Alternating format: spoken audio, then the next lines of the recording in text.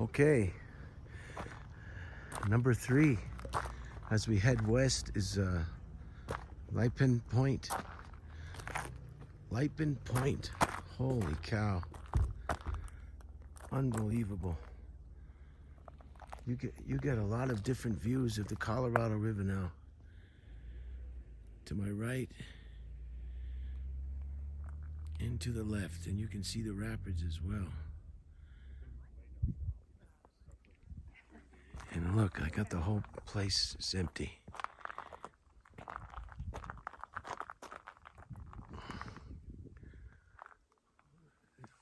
Oh, just outstanding. Oh, there's the blackbird or the raven or the crow. Look at the way they just sail through the air and glide on the wind. I don't know if you can see it. Probably not.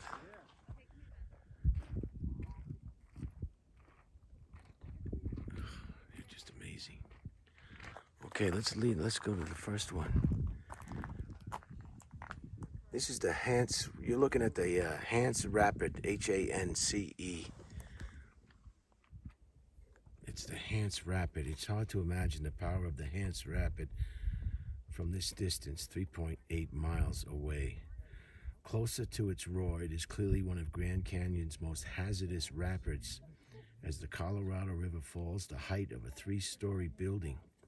River runners consider it the bonniest rapid because side streams choke the river with boulders during flash floods.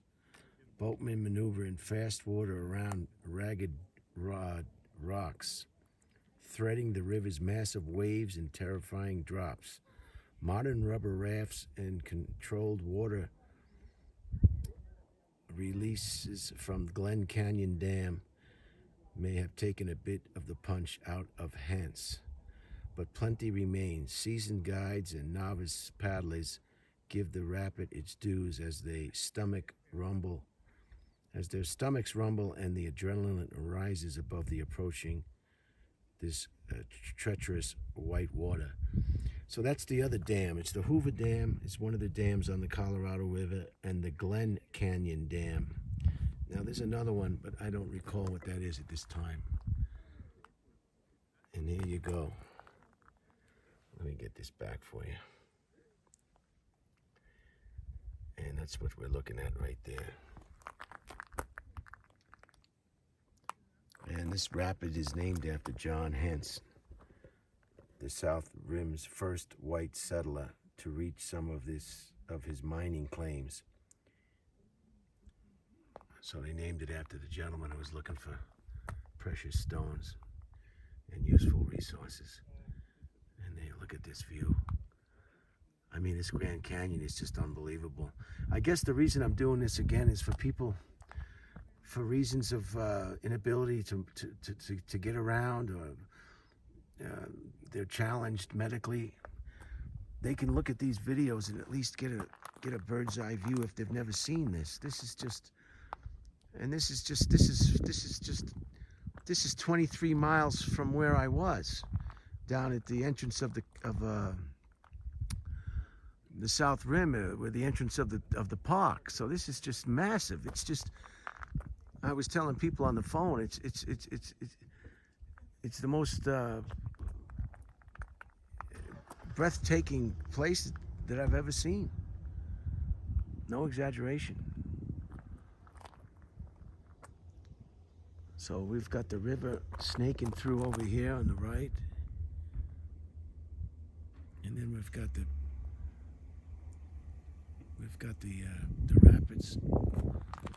And of course the Grand Canyon right here.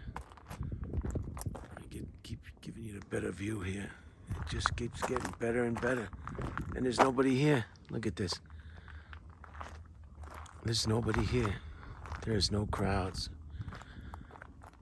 I've been very fortunate, very grateful for the weather, the timing, the temperature, and of course the Grand Canyon, and the hospitality of all the workers, the bus drivers, the women working the entrance, the general store, the people at the lodge, the check-in desk, the guides.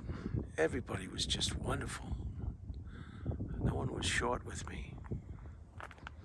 Let's read this one. Let's read this one.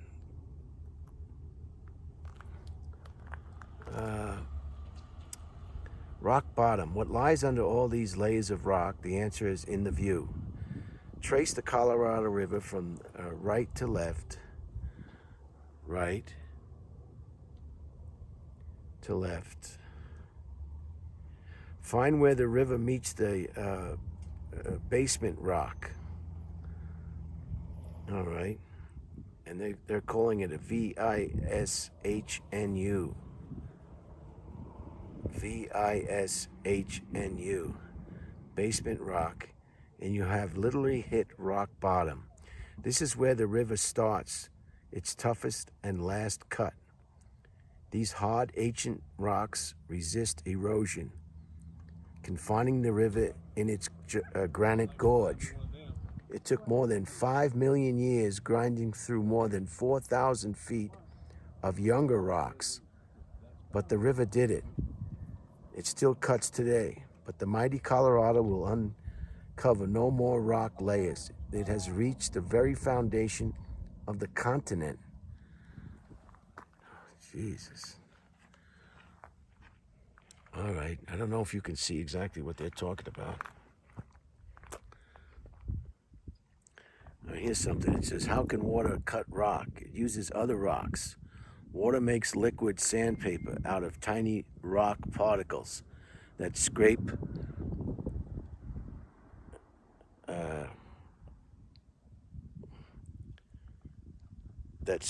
tougher rocks. During floods, water can tumble car-sized boulders to bang and break other rocks.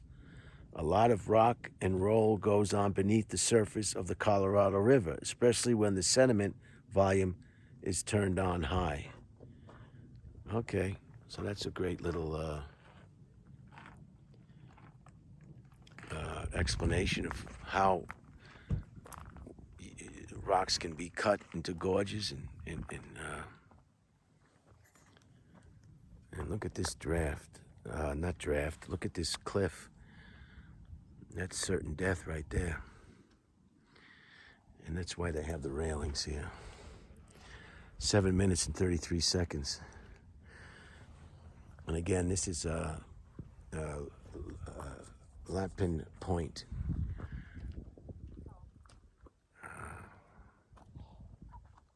I think this is number 3. But this is just breathtaking. There's some Delta Farms. What does this one say?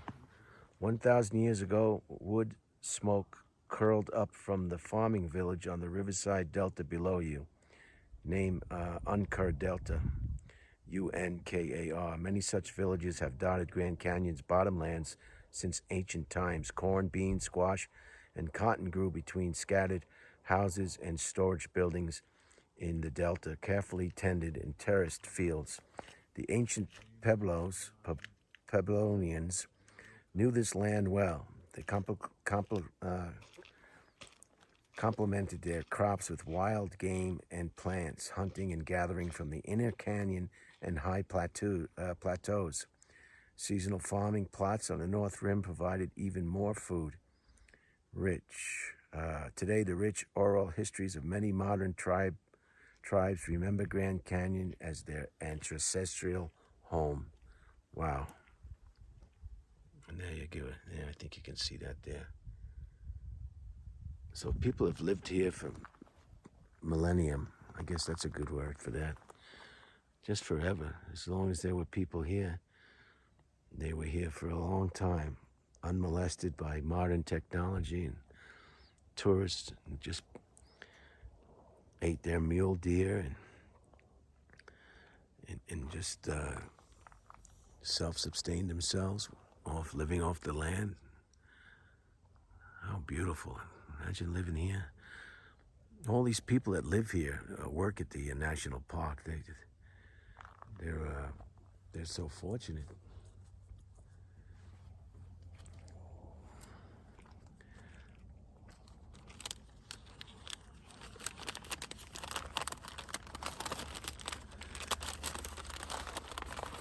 And again, just to remind you, I'm at 10 minutes now. I have to stop. just a quick reminder, this is 23 miles away from where I originally was yesterday. That's how massive this Grand Canyon is. And then you can see the high desert up there at top where it ends. And there looks like a canyon, another canyon after that.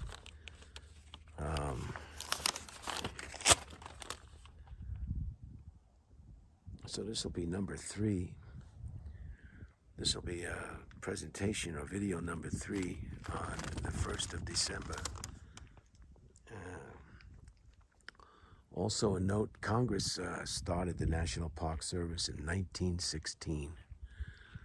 1916, Congress established the National Park Service. We could thank, among others, Teddy Roosevelt for pioneering that. Just amazing. So I'll give you one last look. Here's a guy out on the cliffs now. He's got to be very careful, because if he falls, he will be killed.